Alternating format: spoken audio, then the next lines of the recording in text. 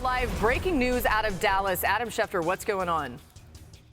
Well, Laura, the Chicago Bears have sought permission to interview the Dallas Cowboys head coach Mike McCarthy. They have yet to get a response from the Cowboys about whether the Cowboys are willing to allow Mike McCarthy to interview for the Bears job this week or next. Now, if the Cowboys don't respond, the Bears simply can wait until next week when that exclusive negotiating window expires and interview McCarthy then. But for the time being, the Bears are awaiting a response to see if they can interview Mike McCarthy this week. And I think it obviously puts a little bit of pressure on both sides here, Mike McCarthy and the Cowboys, to try to figure out what they're doing, because there is another party that wants to speak with Mike McCarthy about their vacant head coaching job. And the Dallas Cowboys, again, they've gone back and forth on the McCarthy issue. He is in the last year of his contract, but the fact that there is another team reaching out to speak to the existing head coach of another team is in a unique, unusual situation that we certainly don't see. There are a lot of slips that are put in, but very rarely do they come with the circumstances surrounding this particular situation. Yeah, Adam, this feels like it can't be something that happens often. It's not something I remember happening. You would know better than me. Just quickly for clarification, who grants the permission for somebody to be interviewed by another team? Well, the Dallas Cowboys would have to sign off on that, whether that is Jerry Jones or Stephen Jones or Will McClay or whoever it is runs that organization. Obviously, Jerry Jones would have to sign off on anything, but the Cowboys would have to grant permission to the Bears for the Bears to interview Mike McCarthy. Now, they could say, we deny permission. We're not going to allow that this week, and that would allow Dallas to sit down with Mike McCarthy this week if that's what the Cowboys wanted. But I think that's what's interesting about this. It provides a little bit of a window into how the Cowboys might be feeling at this moment about Mike McCarthy. Now, Jerry Jones said he wouldn't stop anybody from talking to another team, but the Bears still have not gotten a response about whether they can or cannot interview Mike McCarthy this week. All right, thanks to Adam. The latest there, of course, I'm sure if we get a response during our time here, we'll find out from Adam. Marcus, what does this make you think? There's no response yet from the Cowboys, right? But I don't feel like we ever hear about anyone denying permission to go interview. He's still the head coach of the Cowboys. Well, what it speaks to me is that one, Jerry wants it to go the way he wants it to go. Like, I hear Chef that Jerry going to make the decision, whether Mike talked to Chicago or not, or whether, that operating window opens. But what it also signals to me, and I know, MK, what people have said this year about Mike McCarthy. This dude led the top 3 offense year before last, though. Yeah. Like, and I get it that he need to revamp and do some new things. Y'all, me and RC being out on Monday Night Countdown, and I've asked the question because a lot of people always ask me about the Cowboys. You would be shocked at how much respect Mike McCarthy has in this league. Yeah. And how many people think he's a really good head coach. Totally. And how he sets the temperature of a locker room. Now, I didn't know that much about Mike McCarthy. Like, I really didn't. I knew he was in Green Bay. They had a lot of success when I was in Dallas and all of that. The really good team. Obviously, Aaron was there. But I didn't know much about, like, how the league. And they both can tell you, and Mina knows this because she talks to a lot of people as well. It's really about how your peers talk about you. It's really about how guys in the coaching profession, general managers, players that play for you, that's the biggest kind of kudos to what you've been able to do. And I know this living in Dallas. Them dudes like Mike McCarthy a lot. There's a high level of respect for him in that locker room. I'll be interested to see what happens. I go back to what we were talking about with respect to whether the Cowboys should keep him. Yeah. I do think he is a good coach. I do think he is well liked. I just don't know how you can watch the Cowboys offense this year and feel good about that offense for your young quarterback, especially because the most important thing for the Chicago Bears, the only thing, you have to make Caleb's life easier. You have to take some off of his plate. You're going to have to rebuild a lot of things that happened this season. And whenever I watch the Cowboys, I did not think this makes the quarterback's life easier, Dan. In fact, I felt the opposite most of the time watching them. Oh, I was the person who said I thought they put their quarterback in the hardest position as anybody in the NFL. I mean, it was only about, hey, you got to go execute at a high level. They're professionals. There's what they're paid for.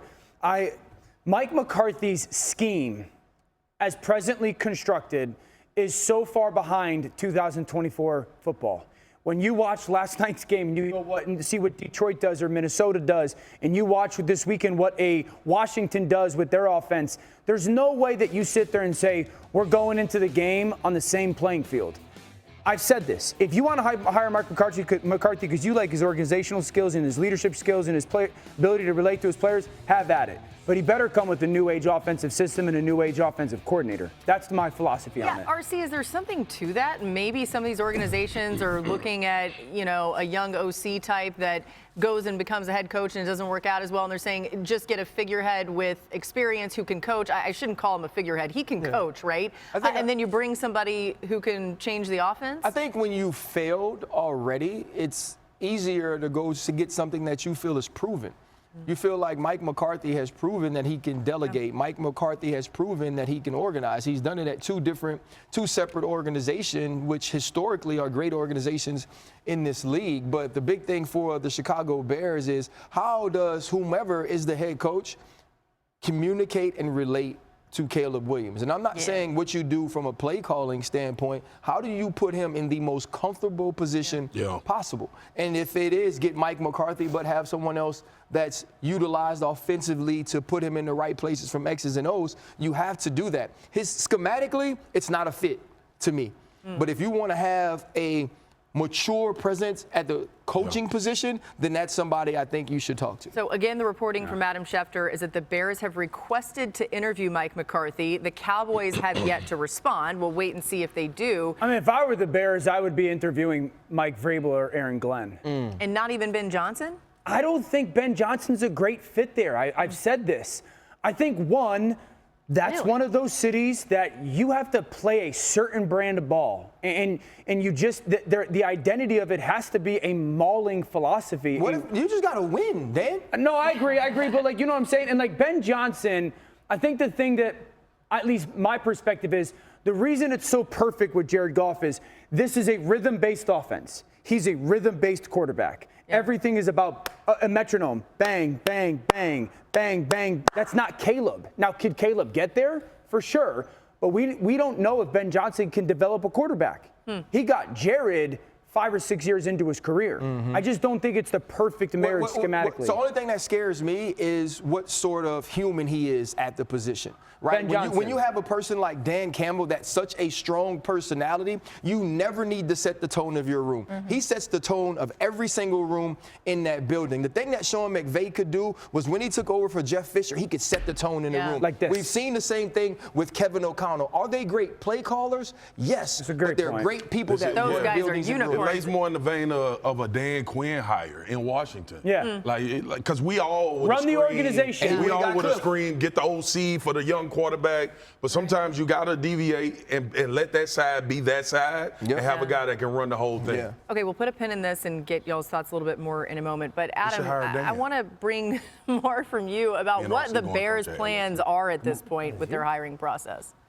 Well, Laura, you're starting to hear about some teams coming forth with their intentions about who they are interested in talking about. We talked about the fact that they've requested an interview with the Cowboys head coach, current head coach, Mike McCarthy. They've reached out to speak with Ben Johnson, the Lions offensive coordinator. They also put in 2 other notable requests today. One to interview the Vikings defensive coordinator, Brian Flores. Another to interview the Steelers offensive coordinator, Arthur Smith. And again, this gives you an idea into how some of these teams are thinking. Both Brian Flores and Arthur Smith have been head coaches before. Clearly, that seems to be something that the Bears are looking for here, considering that they've reached out to Mike McCarthy and Arthur Smith and Brian Flores, men who have done that job before. Now, Ben Johnson's credentials are so highly thought of that clearly he's in a different category, but they obviously are valuing experience as they seek their next head coach to hire to coach up Caleb Williams. Yeah, that's interesting. Common denominator there, certainly, Adam.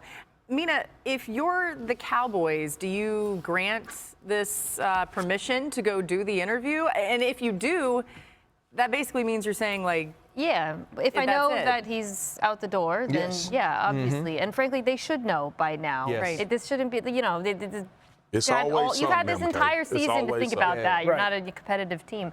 So I would definitely consider it if I'm Dallas. And here's what I'll say about these coaching hires.